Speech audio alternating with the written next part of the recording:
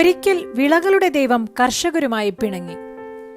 അടുത്ത 12 വർഷം ഭൂമിയിൽ മഴ പെയ്യില്ലെന്നും വിളവ് നൽകില്ലെന്നും പ്രഖ്യാപിച്ചു. വിളകളുടെ ദൈവത്തോട് കർഷകർ കേണപേക്ഷിച്ചു.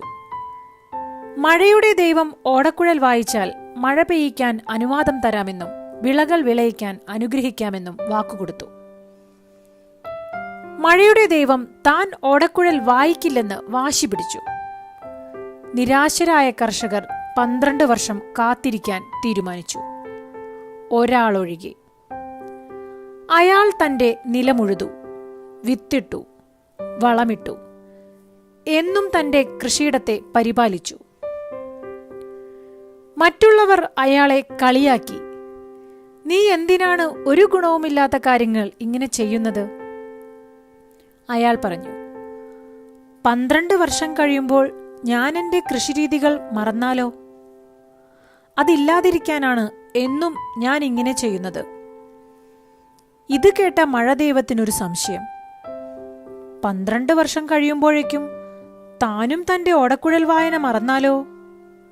എന്തായാലും ഒരു തവണ തന്റെ ഓടക്കുഴലൊന്ന് വായിച്ചു നോക്കാൻ മഴദൈവം തീരുമാനിച്ചു. സംഗീതം കേട്ടയുടനെ മഴമേഘങ്ങൾ പെയ്യാൻ തുടങ്ങി. വിളദൈവത്തിന് സന്തോഷമായി. എല്ലാം ഒരുക്കി നിന്ന കർഷകന്റെ പാടത്തു മാത്രം വിത്തുകൾ മുളപൊട്ടി. ഒരുങ്ങിയിരിക്കുന്നവർക്ക് മുന്നിൽ അത്യാഹിതങ്ങൾ പോലും വഴിമാറും. വന്നുചേരുന്ന കാര്യങ്ങളോട് നിസ്സംഗത പാലിക്കുന്നവർ അവയുടെ ഇരകളായി മാറുകയും ചെയ്യും.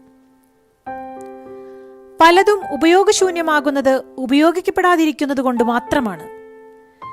കൈകാര്യം ചെയ്യാതെ മാറ്റിവെച്ചിരിക്കുന്ന ആയുധങ്ങൾക്ക് അവയുടെ രൂപം പോലും നഷ്ടപ്പെടുന്നതുപോലെ. വെല്ലുവിളികളെയും പ്രതിസന്ധികളെയും നേരിടാത്ത ഒരാൾക്കും സ്വയം ശാക്തീകരണം ഒരിക്കലും സംഭവിക്കുകയില്ല. എല്ലാം അനുകൂലമാകാൻ കാത്തിരിക്കുന്നവർക്കും എന്തെങ്കിലും കിട്ടാതിരിക്കില്ല. പക്ഷേ അത് മറ്റുള്ളവർ അവശേഷിപ്പിക്കുന്നത് മാത്രമായിരിക്കും. തീരുമാനം നമ്മുടേത് മാത്രമാണ്. ശുഭദിനം.